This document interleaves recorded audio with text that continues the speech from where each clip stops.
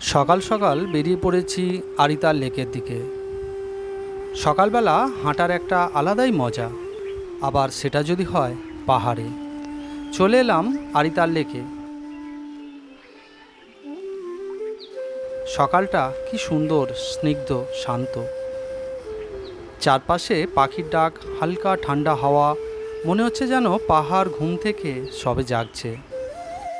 মেঘের মধ্যে সূর্যি মামাকে দেখাই যাচ্ছে না, ঘন মেঘের আড়ালে তিনি অদৃশ্য।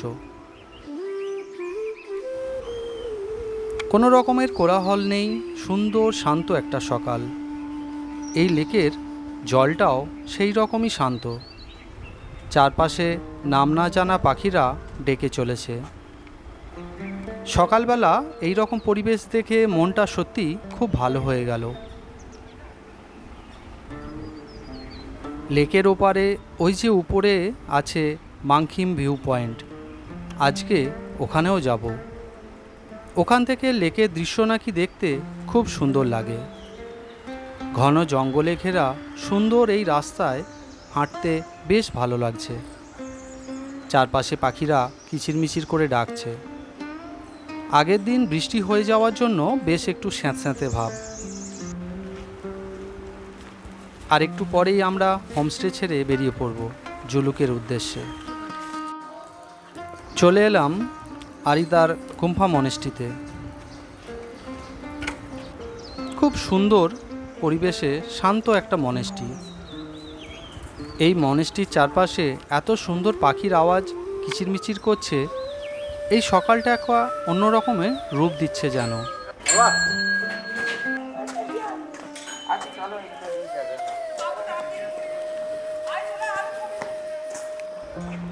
তাদের এই কিচিরমিচির ডাক দিয়ে আমাদের যেন অভিবাদন করছে, যেন বলছে, আয় তোরা দেখে যা কত সুন্দর একটা শান্ত পরিবেশ, একটা শান্ত সকাল, দিনটা তোদের ভালো যাক।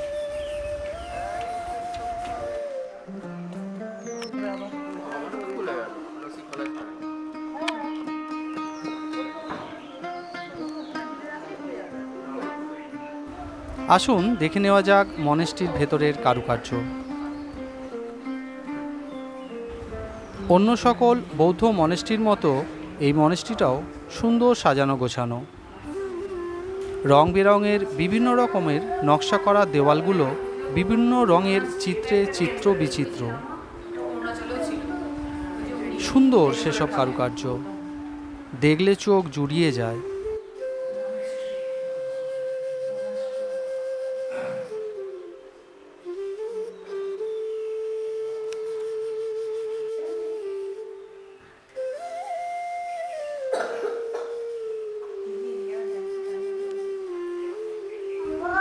এটাও একটা প্রার্থনা গৃহ। সামনে প্রদীপ জ্বলছে, বিভিন্ন রকমের মূর্তি রয়েছে, কিন্তু খুবই শান্ত পরিবেশ। মনটাকে একটু অন্য দুনিয়ায় নিয়ে যায়।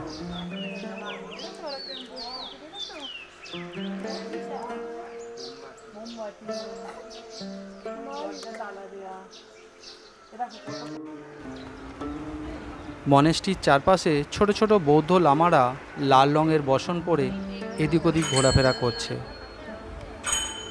এখানে বেশ কিছুক্ষণ সময় কাটিয়ে বেরিয়ে পড়লাম আমাদের পরবর্তী গন্তব্য মাংখিম ভিউ পয়েন্টের দিকে।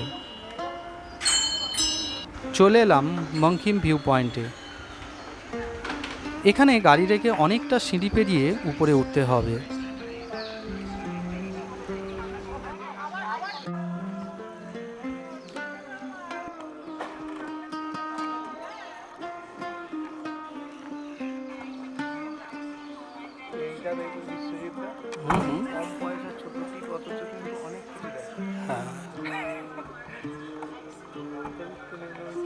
ওই যে দেখুন না কত সুন্দর, ওখানে পাহাড়ের ওপরে।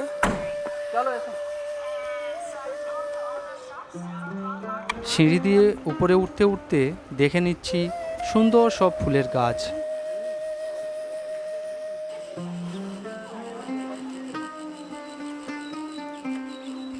আর ওই দূরে পাহাড়ের মাথায় সাদা মেঘের চাদর দেখা যাচ্ছে।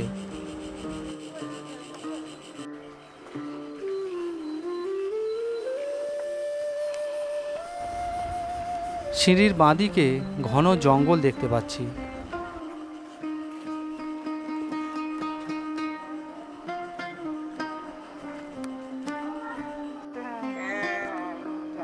এটাই তো সেই লেকটা।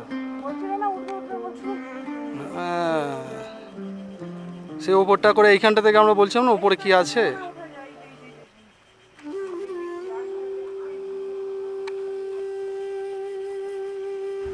দূর থেকে আরিতার লেকটাকে বেশ সুন্দর দেখাচ্ছে। চারপাশে উঁচু উঁচু পাহাড়ের সারি, আর মাঝখানে এই সুন্দর শান্ত একটা লেক। দারুণ ভিউ। গতকাল বৃষ্টি হওয়ার জন্য এখনও পাহাড়ের দূরের ভিউটা ভালো পরিষ্কার দেখা যাচ্ছে না, একটু ঘোলাটে টাইপের।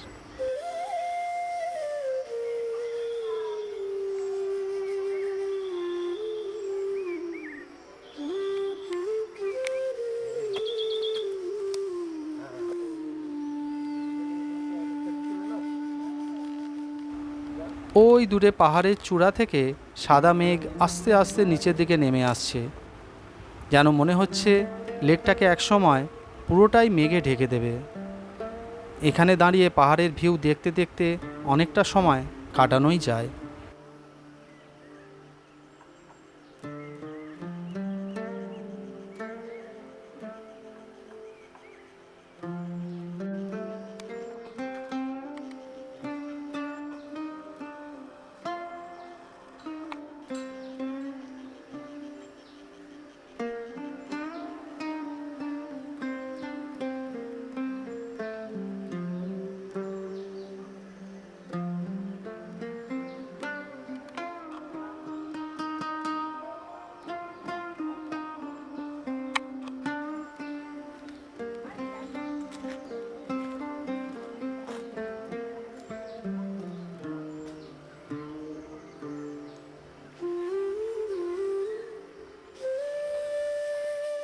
আবার এগিয়ে চললাম আমাদের পরবর্তী গন্তব্যের দিকে।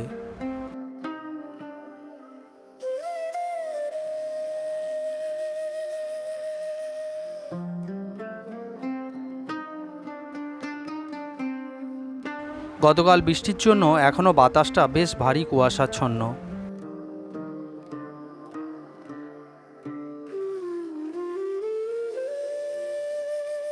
গাড়ির জানলা দিয়ে ঠান্ডা মেঘের ঝাপটা মুখে এসে লাগছে। চারপাশটা বেশ ভিজে ভিজে, গাছপালাগুলো বেশ সজীব প্রাণবন্ত। রাস্তার ধারের এই সুন্দর বাড়িগুলো দেখতে বেশ অবাক লাগে। পাহাড়ের ঢালে কি অপরূপভাবে এরা সোজা দাঁড়িয়ে রয়েছে। প্রত্যেকটা বাড়ির বারান্দাতেই ছোট ছোট টবে লাগানো সুন্দর সুন্দর ফুলের গাছ, আর নিচে কিছুটা সমতল করে জায়গা করে তার মধ্যে অর্গানিকভাবে চাষ করা হচ্ছে বিভিন্ন রকম শাকসবজি।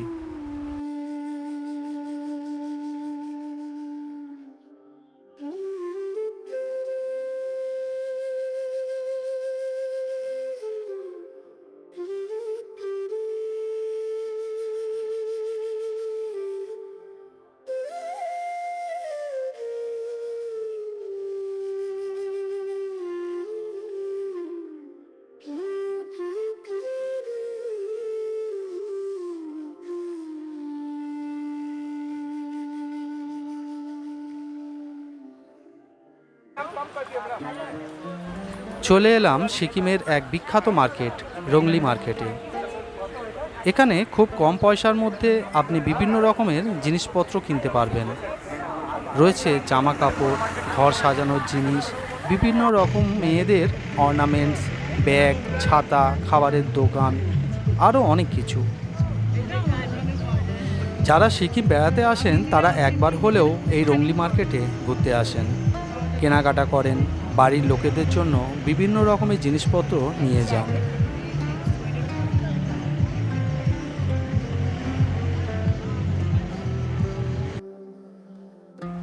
কেনাকাটা সেরে আবার চললাম আমাদের গন্তব্যের উদ্দেশ্যে।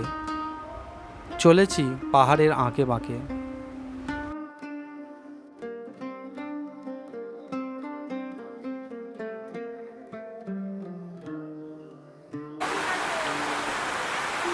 পথে পড়ল কিউখোলা ওয়াটারফলস। এটাও ইস্ট সিকিমের একটা ভিউ পয়েন্ট। প্রচুর পর্যটক এখানে নেমে কিছুটা সময় কাটান।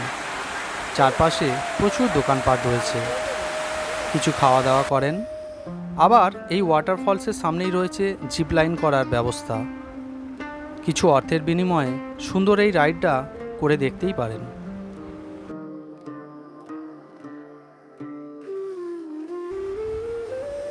এরপর শুরু হলো সেই বাজে অভিজ্ঞতা। রাস্তা একেবারে বিচ্ছিরি রকমের, চারপাশে কাদায় প্যাচ প্যাচ করছে, তার উপর দিয়েই সব গাড়ি চলেছে। আর রয়েছে ভীষণ রকমের বাঁক। আগের দিন বৃষ্টি হওয়ার জন্য রাস্তার অবস্থা আরও খারাপ। ঘন জঙ্গল আর তার মাঝখান দিয়ে রাস্তা, আর সেই জঙ্গল ভেদ করে বেরিয়ে আসছে সাদা মেঘ। সেই মেঘের মধ্যে দিয়েই গাড়ি চলেছে। এক অন্য রকমের অভিজ্ঞতা। চলে এলাম আরেকটা সুন্দর ভিউ পয়েন্টে, ইকো নেচার পার্ক। চারপাশে লম্বা লম্বা সব গাছের সারি, আর তার মধ্যে সাদা মেঘ জমাট বেঁধে আছে। একটা অদ্ভুত রকমের নিস্তব্ধতা। জায়গাটা দেখে সেই রাজ সিনেমার কথা মনে পড়ছে বারবার। সাদা মেঘের আস্তরণ ভেদ করে সূর্যের আলো আপ্রাণ চেষ্টা করছে ভিতরে ঢোকার।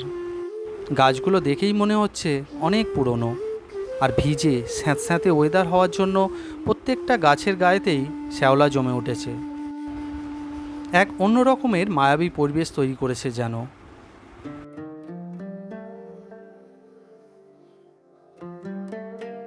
আর কিছুটা পরেই পড়বে ঝুলুক। এখানেই আজকে আমাদের রাত্রি যাপন করার কথা। এখানে বেশ কিছুক্ষণ সময় কাটিয়ে বেশ অনেকগুলো ফটো তুলে এগিয়ে চললাম আমাদের পরবর্তী গন্তব্যের দিকে। কখনো কখনো মেঘ এতটাই ঘন যে রাস্তার সামনের কিছুই আর ভালোভাবে দেখা যাচ্ছে না। রাস্তায় যেতে যেতে দেখতে পাচ্ছি ঘন কুয়াশা। তার পাশের ওই সরু রাস্তা দিয়েই গাড়ি চলেছে। ডান দিকে খাড়াই পাহাড়, আর বাঁ দিকে গভীর খাদ। চলে এলাম ঝুলুকে। আমাদের হোমস্টে থেকে বাইরের দৃশ্যটা একবার শুধু দেখুন, কি দারুণ দৃশ্য। পাহাড়ের কোলে ছোট্ট একটা গ্রাম এই ঝুলুক। ছোট্ট ছোট্ট রং বেরঙের বিভিন্ন আকারের সব ঘর, কিন্তু কি সুন্দর মেঘে ঢাকা একটা গ্রাম। চারপাশে উঁচু উঁচু পাহাড়, তার মাথায় মাঝে মাঝে সাদা মেঘ জমাট বেঁধে আছে। দূরে একটা শিব মন্দির আছে দেখতে পাচ্ছি।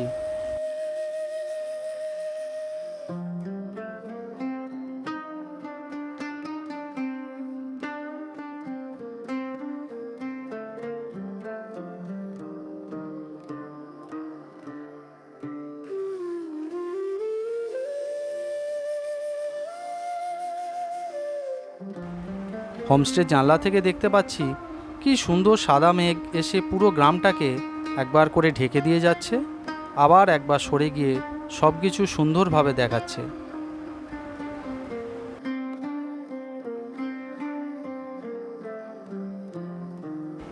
আরও সুন্দর সুন্দর ভিডিও পেতে চ্যানেলটি সাবস্ক্রাইব করে পাশে থাকুন।